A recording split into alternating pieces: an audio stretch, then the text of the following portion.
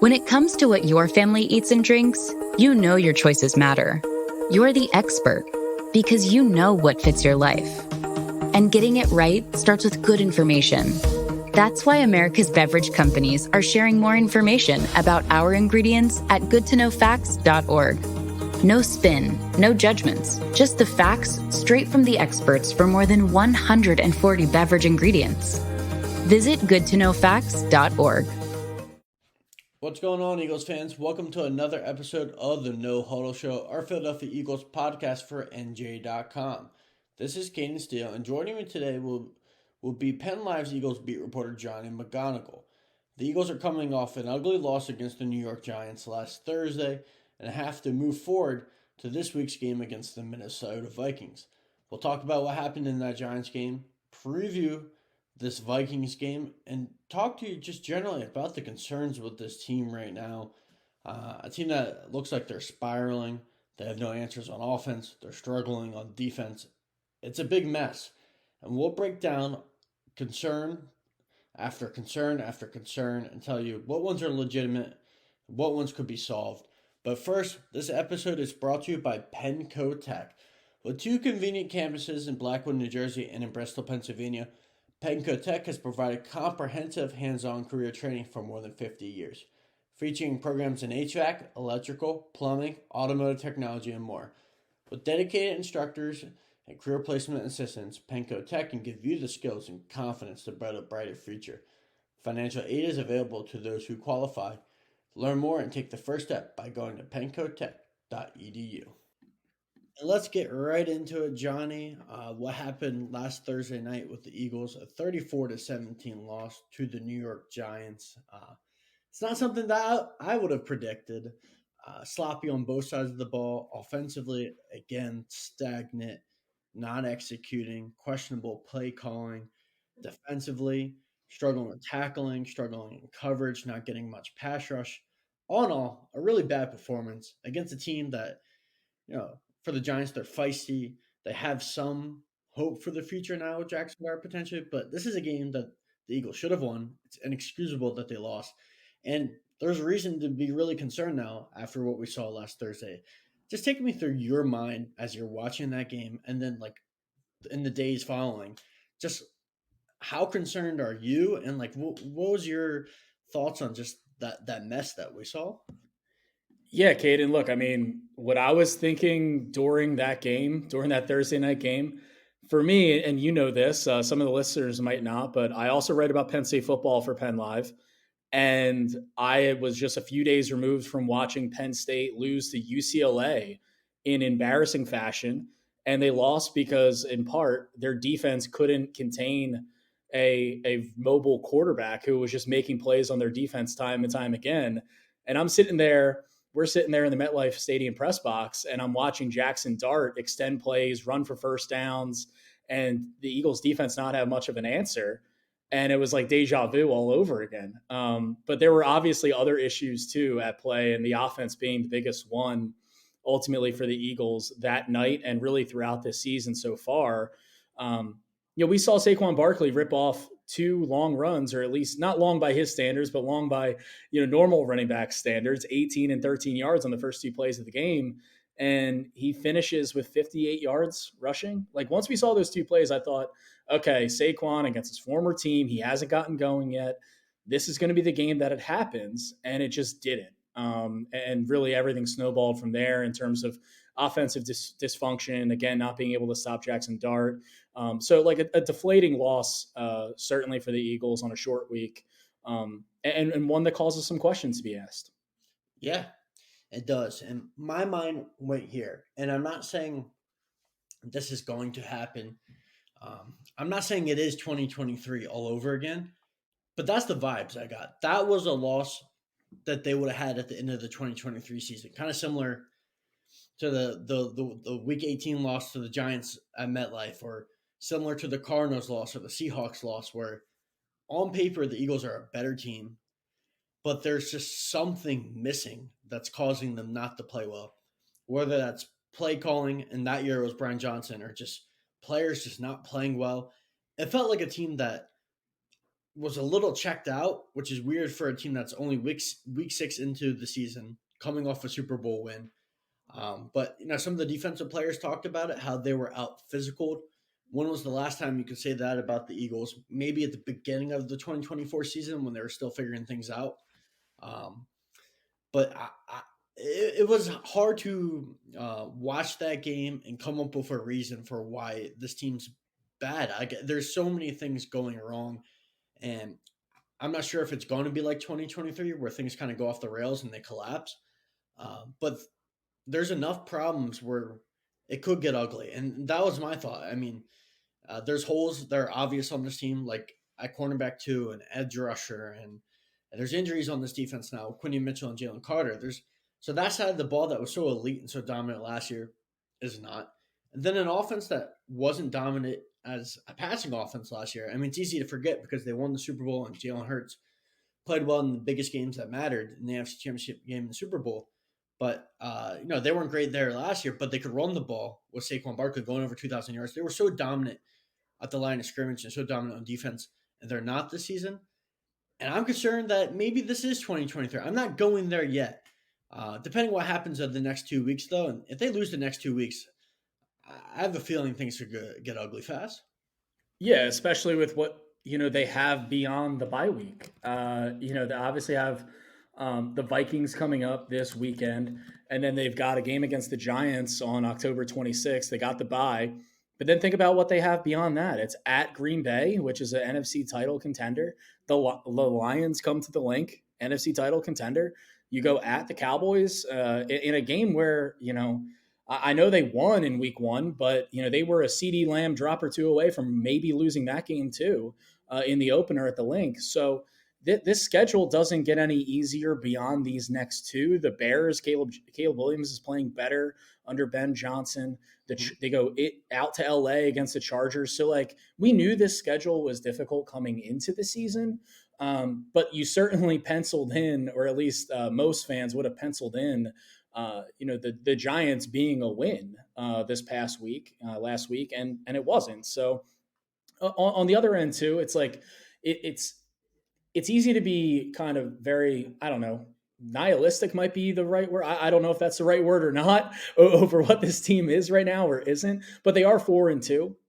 They did beat the Chiefs, right? They did win those first 4 games of the season. So not all is lost. There's a lot of NFL teams right now. Like we saw the Bills, lost to the Falcons on Monday Night Football, just a day or two ago, depending on when you're listening to this.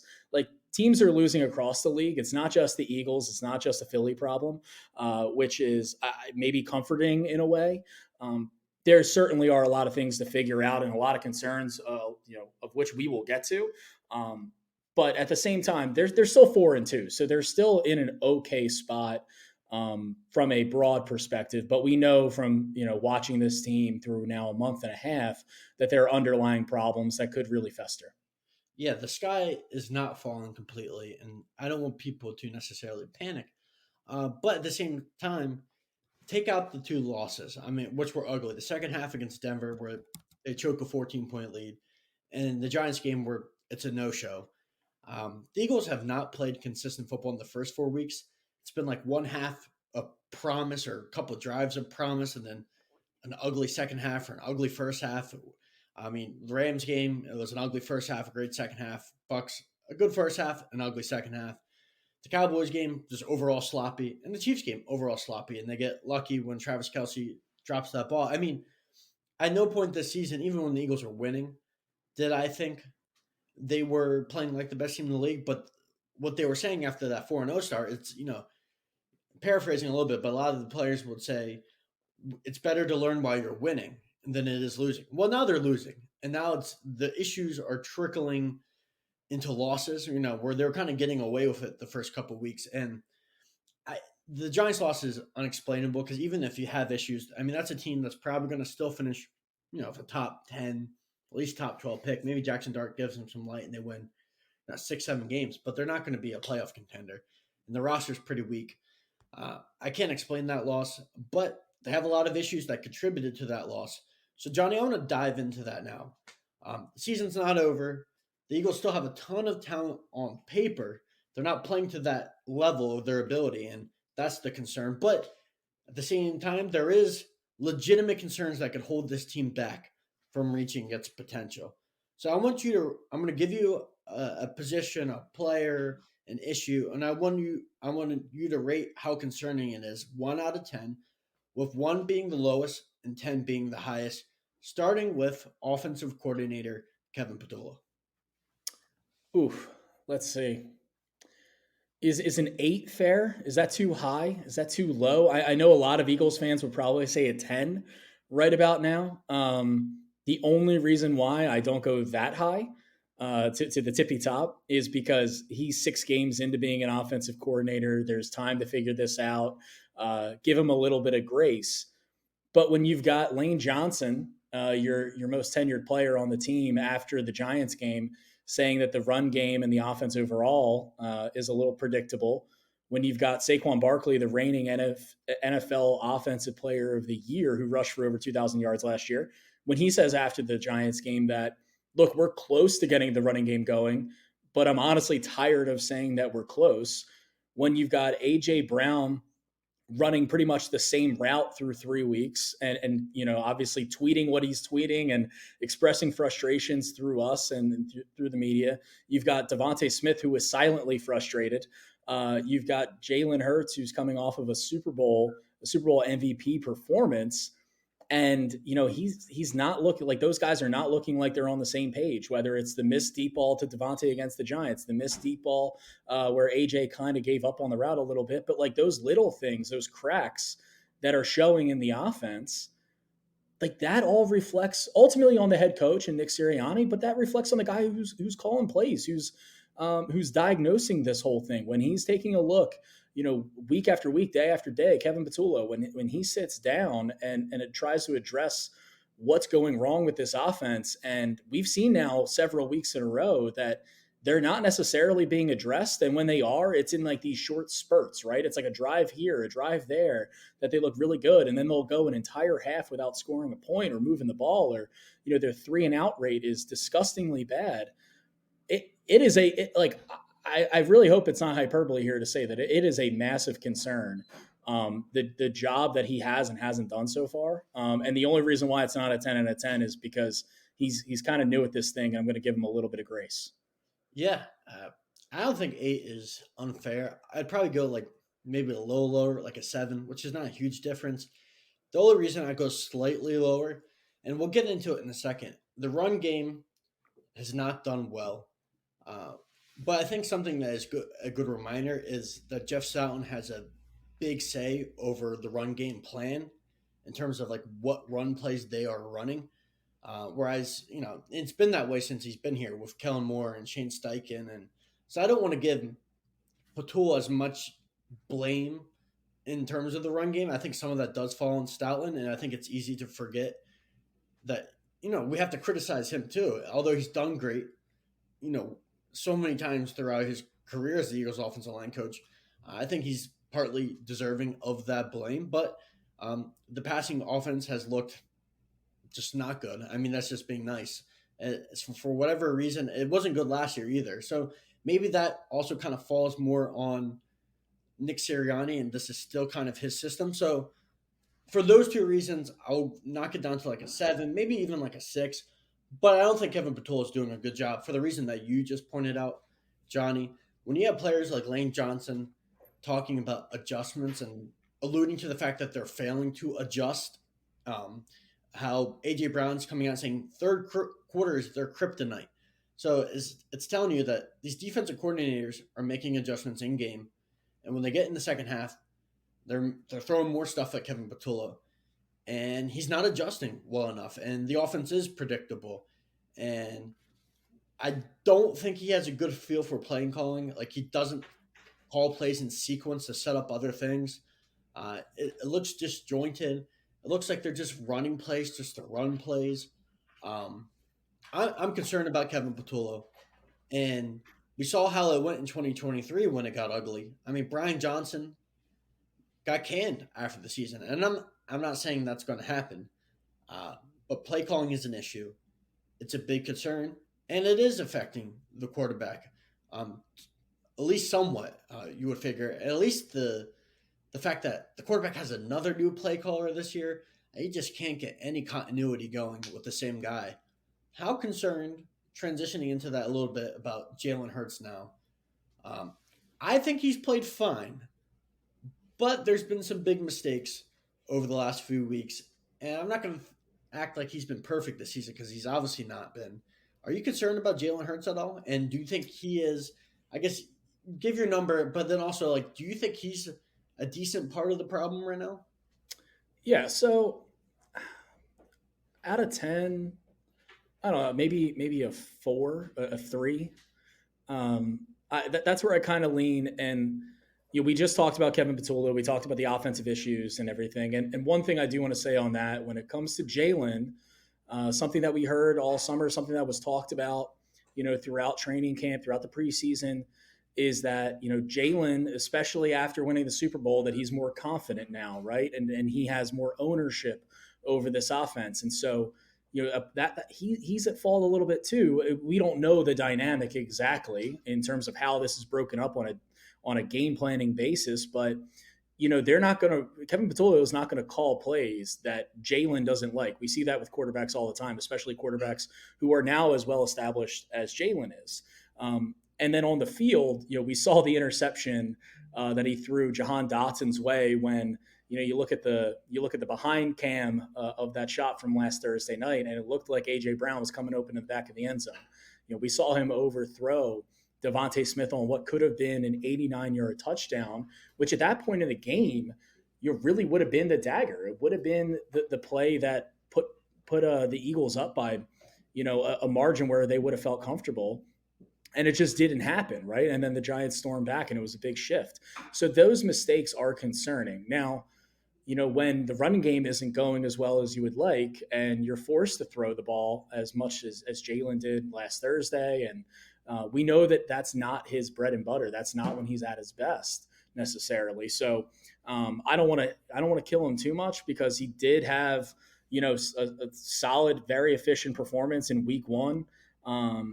Against the Cowboys, and he played fine for what he was asked to do. Otherwise, in the first 4 weeks of the year, there were those times in Tampa that I thought he looked good. So it's been a little spotty, but at the same time, I don't think he is the main problem right now. So I'd say like a 3 or a 4.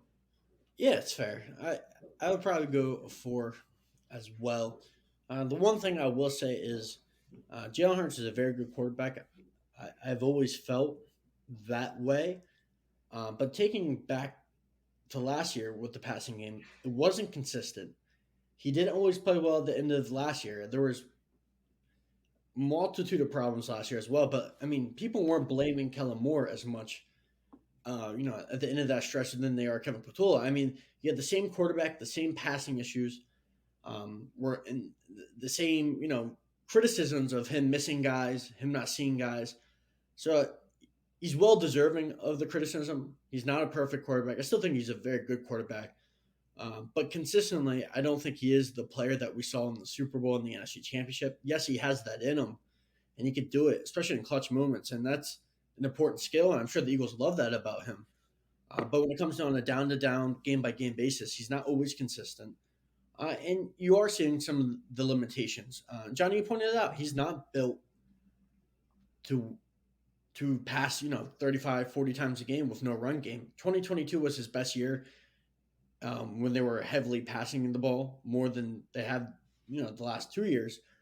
But I don't think that's the style for Jalen Hurts. There are some limitations. He's a good player. I think there's a lot of problems besides him, but I don't think he's played perfect, and he's deserving of the blame. And it's possible, and I just want to follow up real quick. I mean, do you think – let's take a look at this run game right now with Saquon Barkley. He's got no game over 100 yards right now. He is struggling. The offensive line's beaten up. I'm not sure if they ever figured it out. And we'll get into that in a second, whether they'll figure it out this year in the run game. But does Jalen Hurts need to be more for this team this year? Does he need to be a different type of quarterback where he has to win on his arm on a heavy basis where it goes through him, the offense runs through him, it relies on him? because I'm not sure if he can necessarily do that on a consistent basis. A game here and there, I think he's got it in him. But what about if the offense has to go in that direction? Will it work? I don't know. I don't know if it'll work, but that is something that what you say there, Cayden, reminds me of something that AJ Brown said, and we've talked to him, a good bit here over the last few weeks for obvious reasons, right? With all the frustrations and everything that has been out there with AJ Brown's start to the season. But one thing that he did say was he mentioned, I believe it was a couple weeks ago when we talked to him down at the NovaCare complex, that look, Saquon and the running game isn't going. Maybe, last year, kind of the running game opened up the passing game for them. Maybe it needs to be reversed. Maybe the passing game has to open things up for the running game. And if that's the case, then you need Jalen Hurts to be on his P's and Q's at all times. Like Jalen has to be firing on all cylinders and not be making the types of, rare but backbreaking mistakes that he has made over the last couple to few games. And so, like you mentioned, the consistency is where I question a little bit. And again, this Jalen is still a very, very good quarterback, and obviously they won quite a bit with him, in his time as a starter. So I'm not questioning his ability to like lead the team or lead the offense. But to be a guy who is throwing it 40 some times a game on a regular basis, I don't think that's sustainable. For this team necessarily, given the quarterback, given everything else that they have too, and I don't think it's the right way to go about it either. No, and besides Jalen, I'm not sure if they have the scheme to do it. Yes, it's partly him and his limitations, but I don't think the scheme's great either. So you want to have those two things working against them. This is not a team that is built to win through the air consistently. They want to wear you down in the run game with Saquon Barkley, get in the fourth quarter, hit a couple of home runs with Saquon, and they want to shut you down on defense. That's how they built this roster over the last few years, and right now it's not working because honestly, the offensive line has been a humongous issue, and that's not something that you would have predicted before the year. They had one new starter, and Tyler Steen at right guard, and you could have said, that's going to be an issue, but that's one potential liability among four good starters. But here's the problem: Landon Dickerson injured through the first 5 weeks that he played. Then suffered the ankle injury against Denver, misses week 6 against the Giants. When he played in those 5 weeks, Landon Dickerson was not good. Cam Jurgens has not been good. Those are two interior offensive linemen who are considered among the best at their position that they paid big contracts to, and they have not played well. I'm not sure if we're seeing the best version of Jordan Mailata, and even maybe Lane Johnson. I think Lane's probably been the best one, but overall, this is an offensive line that we are so used to saying is the best in the league, but especially with the interior. I'm not really worried as much about the tackles, but with the interior, Johnny, and we have to talk about the overall offensive line because they're affecting the play of everyone. How worried are you about this offensive line, 1 to 10? Yeah, so I might go a little lower than you will, or maybe even some fans might, but I'll go with like a 2 here, and the reason being is because we've seen it over the course of time with these guys how good they can be together. And I know that Tyler Steen is in there as his first year as a starter, and there have been some concerning signs. Like I'm willing to recognize that, and we certainly have in what we've written on NJ and Penn Live respectively.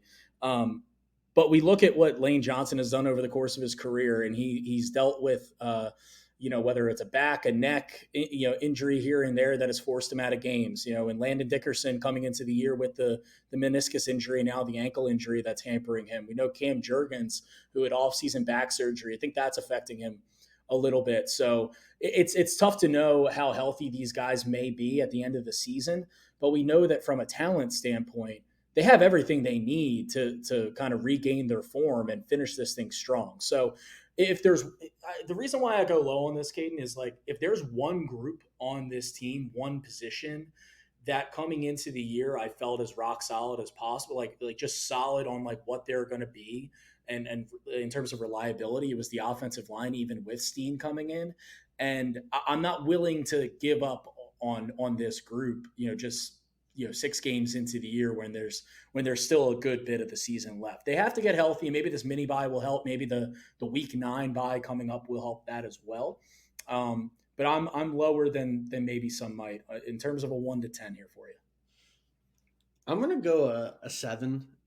Ooh, we are on opposite ends. We are differing, and it's not because I don't believe in the talent. Like, I don't all of a sudden believe that Landon Dickerson and Cam Jurgens are bad players, but I don't have faith that like necessarily these injuries, like Landon, the knee and the back, and I know he has been listed on the injury report, but like he had knee surgery in training camp. I can't imagine that knee feels that great. I mean, we haven't talked to him too much throughout the season, but on the field, I mean, when you watch him play during the first 4 weeks, you would see him limping fairly often.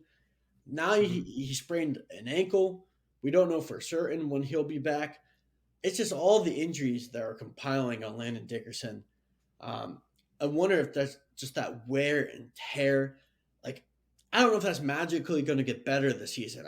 I have a lot of long-term faith in Landon Dickerson once he gets healthy in the offseason.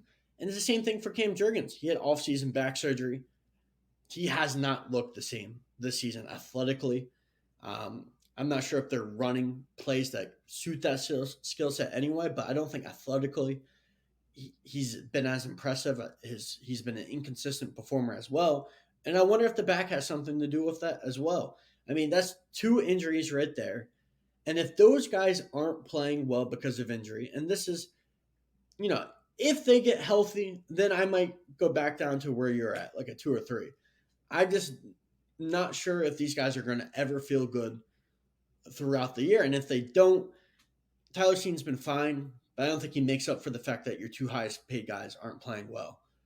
So this is a little bit of a projection, me being skeptical about how these guys feel in terms of their health.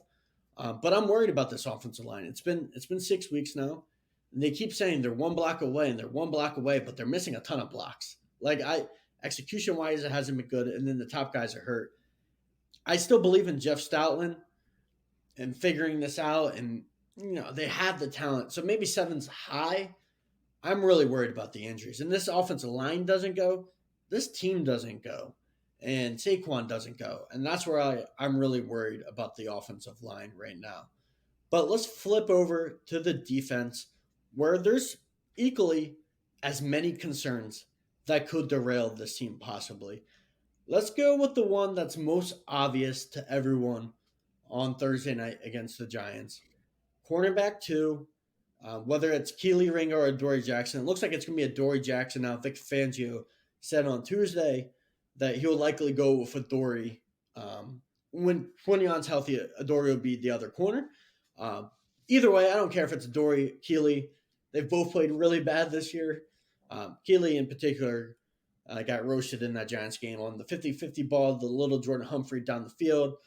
Wan'Dale Robinson beats him across the middle. He doesn't have the awareness to touch Wan'Dale Robinson down. He gets up, picks up extra yards.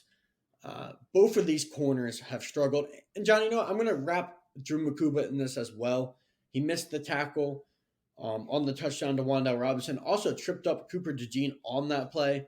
So not a great look for the rookie. So there's some holes in the secondary, and that's how I'll reframe this. The holes in the secondary at cornerback 2 and safety. What's your worry level? In terms of if we're leaving, are we leaving Quinion out of it? Because yes. Okay, because I think aside from really the fourth quarter against the Broncos, when Cortland Sutton had 3 catches for 40-odd yards against Quinion. That aside, Quinion's been unbelievable. So he elevates everything. Cooper DeJean has been awesome this year, so he elevates everything. But if we're just looking at Keely, Adoree, and Drew Makuba, I will go a 9 out of 10. And the only reason why is because you tossed in Drew Makuba there. Because look, I know that he's made some kind of plays that makes you want to look away. Like, I mean, missing that tackle that led to the Wan'Dale Robinson touchdown against the Giants last Thursday. That's a brutal play you can't make. But at the same time, I look at it and say, hey, he's a rookie. He has plenty of time to figure this thing out. I know they want him to figure it out for this year, especially because he's starting. But I'll give him the benefit of the doubt that one, he was one of my favorite players to watch in college football last year. I loved him at Texas. And two, just in terms of figuring stuff out and learning from his mistakes. In terms of Adoree and Keeley, I am sorry, I have no faith. I really don't. When one of them is making business decisions at the goal line and not tackling a running back, even though Cam Scadaboo is a bull, you gotta stick your shoulder in there at least and try to tackle him. In Adoree's case, and then Keeley, getting torched by, he made little Jordan Humphrey be big Jordan Humphrey in that game, and then he's missing tackles like you. At this point in your career, I know he's still a youngish player, but missing tackles he's in his third year, like you can't be making those mistakes. Like you can't be missing guys in the open field. And when guys are down and not touched, you got to touch them. You got to touch them down. So, yeah, that's a massive concern. It's a massive concern. I think coming into this season, we didn't know all that was going to happen with this offense, with the offensive line, the running game, all of that we just talked about. But I think the biggest concerns coming into the year were edge rusher and CB2, and both of them are playing out in really, really dramatic fashion. Yeah, and I'm with you on Keeley Ranger and George Jackson. If I had to grade them separately, I'll grade them first, like a 10. Like there were some positive moments with Keeley in the Broncos game and the Buccaneers game, where you thought maybe he was starting to turn a corner and he was putting it together after a rough training camp. That caused him to lose the job to Adoree Jackson, also fall behind Jacorian Bennett, who's on injured reserve right now. I mean, the Eagles, because of the injury to Jacorian and Adoree, who missed week 4 against Tampa, they gave Keeley another shot, and he looked decent, and I was starting to believe maybe year 3, the lights turning on. A couple of weeks on the bench, he was able to kind of see and develop, and here it is. I was wrong. I mean, he was really bad against the Giants, and it started with that little Jordan Humphrey catch. And I'm not sure what it is because the physical ability in the like raw athleticism sense is there, and like he's built like a potential star corner, like the length and the size and the speed. I know he has some tightness in his hips, but you figure that he could maximize that ability more. But that catch, and then it goes to the Wan'Dale Robinson catch. Then it goes down to he gives up another catch to little Jordan Humphrey on a touchdown drive before the end of the first half, or he gives up a first down on that drive that set up that touchdown. And then he gives up the pass interference to Jalen Hyatt. And yes, it's questionable in the third quarter, I believe it was, that set up another Giants touchdown. It was a questionable call because I'm not sure how much contact was there, but he did reach a little bit. And the reason he reaches a little bit is because he's beat off the line of scrimmage. So Keeley had a rough day, and you mentioned the Adoree Jackson tackling. It's bad. I mean, there's no other way to put it. He gives a higher ceiling in terms of coverage, where I feel like he makes less mistakes there. It's probably why Vic's going back to him. But he's super unreliable in run defense. And I don't think he's that much better in coverage than Keeley. Like, he got cooked by Dallas in week 1. He was a little better in week 2 and week 3, but they didn't really target him much. Like, I wouldn't have any faith in Adoree. Like, a little more faith in Adoree than Keeley, but overall, it's a bad situation. They made their bet with that Jacorian Bennett trade, so I'm not sure if they're going to make a trade at corner. It could get ugly. I mean, it'll help when Quinion is back, if he's back against the Vikings on Sunday. It will solve some of that problems because you won't have both of them on the field at least, but it looks ugly. And I agree with you on Makuba. I liked him coming out of Texas as well. I'm not, throwing in the towel after some rough moments as a rookie. He's very boomer bust right now, and the Eagles are going to have to live with that because I'm not sure if they have any other better options. They're playing Marcus Epps over Sidney Brown on Thursday against the Giants, so they're not going to turn from Makuba now and put him on the bench. They're going to have to live with the fact that he is a rookie and he's going to make glaring mistakes. I mean, Vic's been warning people about Makuba, or maybe not warning, but just putting it out there that there's been some plays where he almost got them hurt really bad in that week 1 game against Dallas. He said it right after that. There were some plays that almost hurt us. Now he's starting to hurt them a little bit. Can you become more consistent is the question. I'll go with Makuba like a 5 I still believe that he could improve throughout the season, but it hasn't been a good few weeks for Makuba. Johnny, the last concern question I have for you is the edge rushers. You just mentioned them.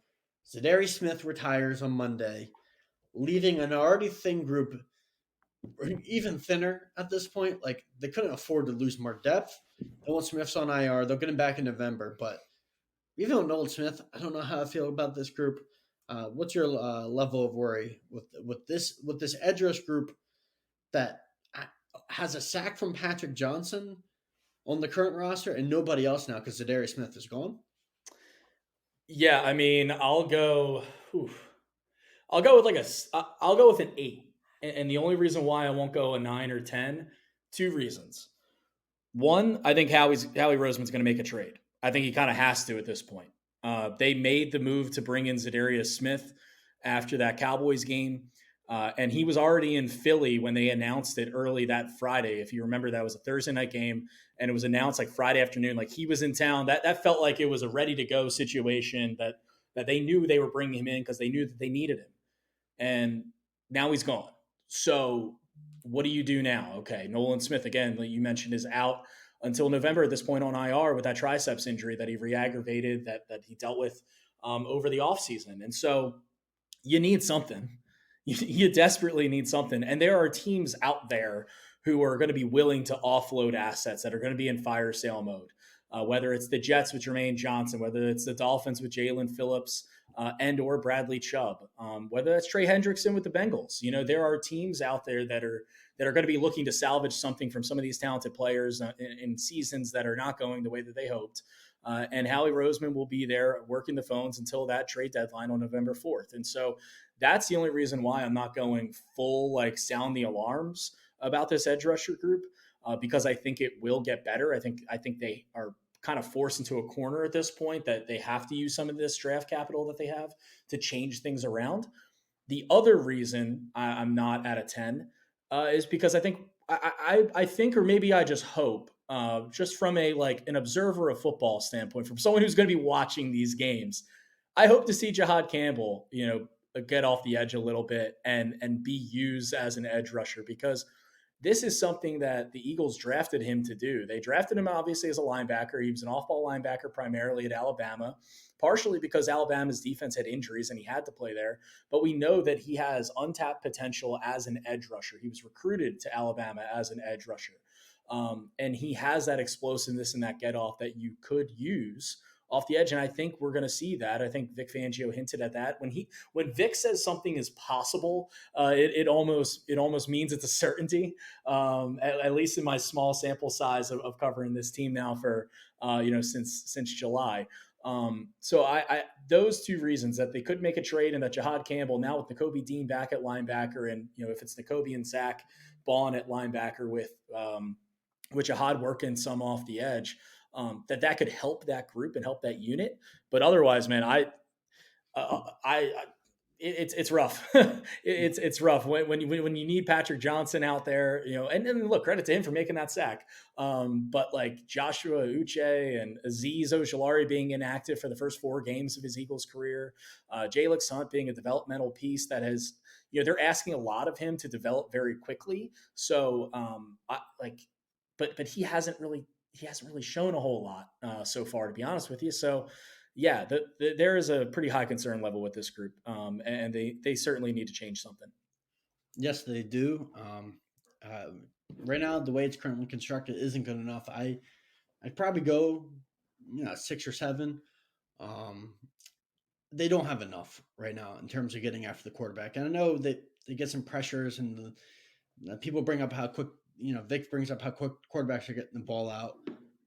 But it's not just the sacks. I mean, they don't have a lot of sacks. And I know sacks can be overrated sometimes, but they're also not doing a good job of containing the quarterbacks on the run. Like, I don't think they have the athleticism throughout that entire group to consistently do that. I mean, Jackson Dart extended some plays with his leg. Baker Mayfield was able to do some things as well. And they're not consistently affecting the quarterback. I mean, to only have one guy on the team with a sack right now, and like I said, sacks are overrated, but 1 is pretty bad. Zadarius Smith had 1.5, and now he's gone.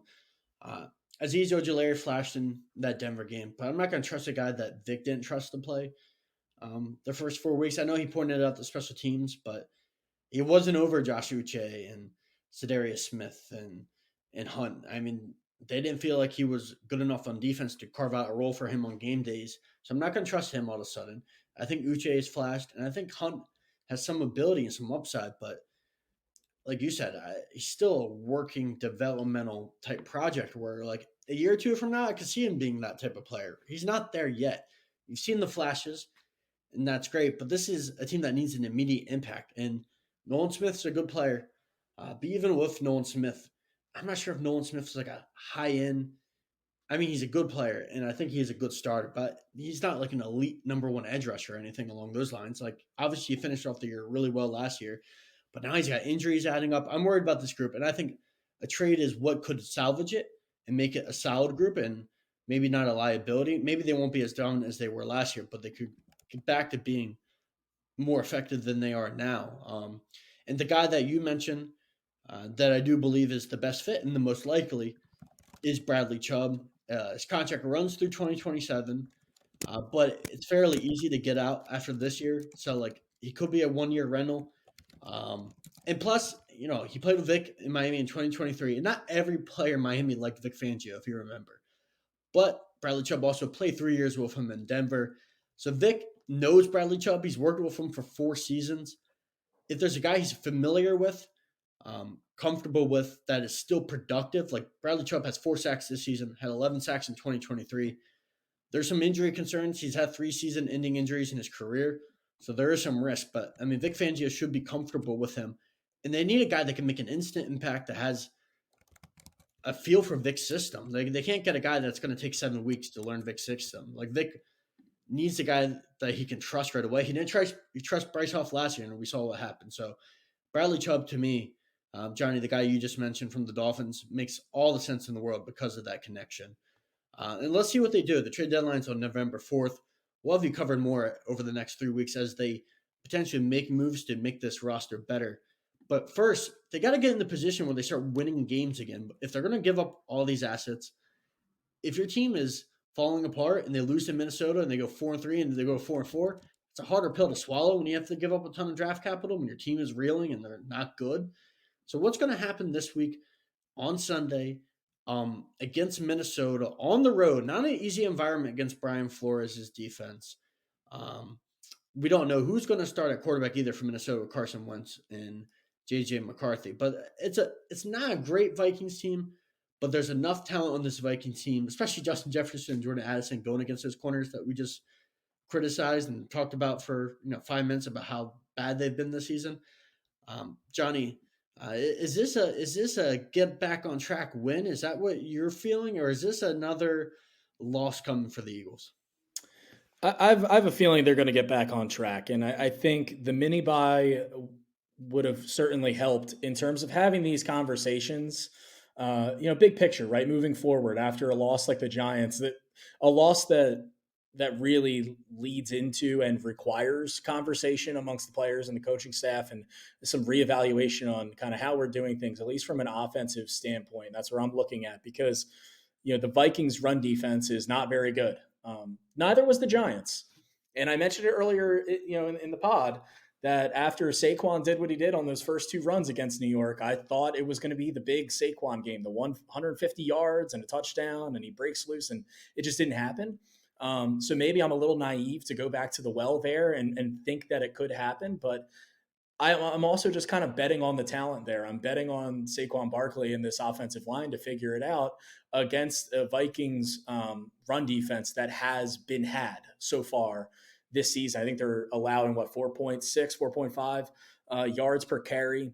And when you go on the road, especially, in the NFL, you're looking for things that can carry, right? The things that travel. And so far right now, the Eagles don't have an identity, but at the very least, they can look back to last year and say, hey, our running game was our identity. Let's take that with us and pound the rock and give Saquon a real opportunity to wear this team down. I am concerned about the corners on the other side, especially if Quinyon Mitchell doesn't go against Jordan Addison and Justin Jefferson, regardless of who's playing quarterback for the Vikings, whether that's J.J. McCarthy or Carson Wentz, which, that would just feed us all the storylines, right, Cayden? If it's Carson Wentz against the Eagles on Sunday, that's a totally different conversation that we may or may not have. But I think the Eagles will win a close one. I've got 27-24 Eagles. Saquon finally goes over 100 yards, maybe even 120. It's a weird pick because the first 4 weeks of the season, they weren't playing well, but they kept winning. So it got to the point where I think I picked them to lose to the Rams, but I told myself after that, until the Eagles lose, I'll never pick against the Eagles no matter how it looks. And I got into that type of mindset. Now I'm in the mindset where we're like, I'm having a hard time picking them. Look, I know it's 2 losses and the sky is not falling, but the last 2 weeks have been so ugly. I'm not sure if they're going to figure it out. And this is not an easy matchup because Brian Flores is a coordinator that throws out, the everything, at you. Like he uses everything in his arsenal. And if you're worried about Kevin Patullo adjusting in game and making those adjustments to a guy that throws out different variations of different types of looks and coverages, and it's not the best matchup for that. I mean, Brian Flores has confused many quarterbacks. He's a very good defensive coordinator. He's arguably, top 2 or 3 in the league. This is not a favorable matchup in that sense, but there are some limitations on the Vikings defense with the personnel that you already mentioned. Johnny, and the run defense hasn't been very good. You would think they probably could get it going in this game, but you mentioned the Giants game. Giants were 26 coming into that game in the run defense, and the Eagles stopped running the ball off those 2 nice carries to begin the game, and they struggled dominating the line of scrimmage in that game as well. So are they guaranteed to do that against the Vikings? No. And then the offense. I mean, I know we don't know whether Carson Wentz or JJ McCarthy is going to play, and maybe Vic's got something up his sleeve for them, and they'll turn over the ball, and the Eagles will make enough plays there. But it's also possible that they get the ball out of their hands quickly to Jefferson and Addison, and they carve up the Eagles secondary, and that element could be ugly as well. So there's a lot of concerns for me. But after saying all that, I'm picking the Eagles. I don't think they're going to lose 3 games in a row. If they lose 3 games in a row, then I'm going to be sounding the alarm. If they lose ugly 3 times in a row, then I'm going to sound the alarm. But I'm going to have enough faith in what they've done in the past, and that the fact that they're a team that just are coming off a Super Bowl, and I'm going to chalk it up to they've had some ugly weeks, and they'll do enough to beat Minnesota because they're a more talented team. But Johnny, I don't feel good about it. I don't like.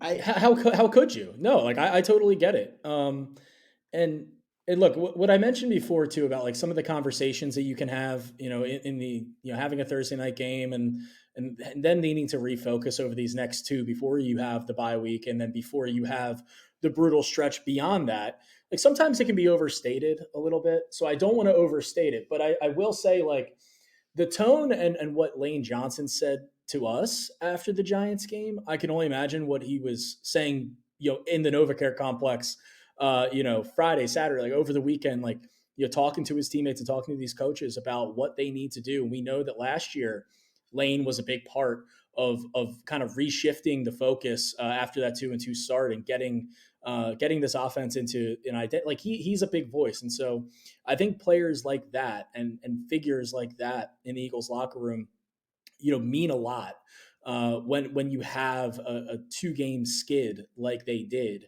to the Broncos and Giants. So I don't feel totally confident either, but I'm just kind of banking on these guys who have been around, like institutional figures like Lane Johnson and even Jordan Mailata at this point, like, voices like that in the locker room carrying weight and getting this thing figured out, at least patchwork enough, for them to win these next 2 before really having some deeper dives into it over the bye week. Yeah, and that's where I'm at too, where you hope and you think that they probably learned something from that 2023 season where it really spiraled out and they had a historic collapse. They could take something from there where they knew whether it was them not having enough fun when they were playing, whatever it was. They brought up many different reasons over the last couple of years of what caused that. You would hope they learn from that they're able to adjust, that they had that open communication with Kevin Patullo, that they had with Kellen Moore, and this thing gets back in the right direction. I'm going to bet on that for now, but I'm not confident. And we'll see what happens on Sunday. We'll have you covered throughout the rest of the week here at NJ.com and also at Penn Live. Follow along for Johnny's work as we get ready for this Eagles Week 7 game against the Minnesota Vikings, another pivotal one in the NFC that is completely up for air right now early in the year. Thank you for everyone for tuning in. We always appreciate you. We appreciate you. If you're a new listener, make sure to come back and keep listening and going to our NJ.com and PennLive.com to read our written content as well. We'll check you out next, or we'll see you next time.